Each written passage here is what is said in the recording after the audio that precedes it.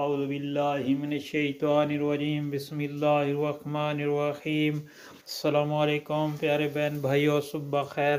اللہ پاک سے دعا ہے آپ کو صحت، تندرستی اور امن والی زندگی عطا فرمائے، اور آپ کے رزق میں برکت اور کشادگی عطا فرمائے، آمین یا رب العالمین۔ دوستو، یہ کلمات پڑھنے سے آسمان کے دروازے کھول دیے جاتے ہیں۔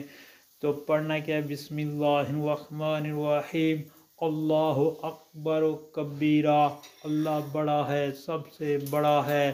والحمد للہ کثیرہ، اور تعریف اللہ کی ہے بہت زیادہ۔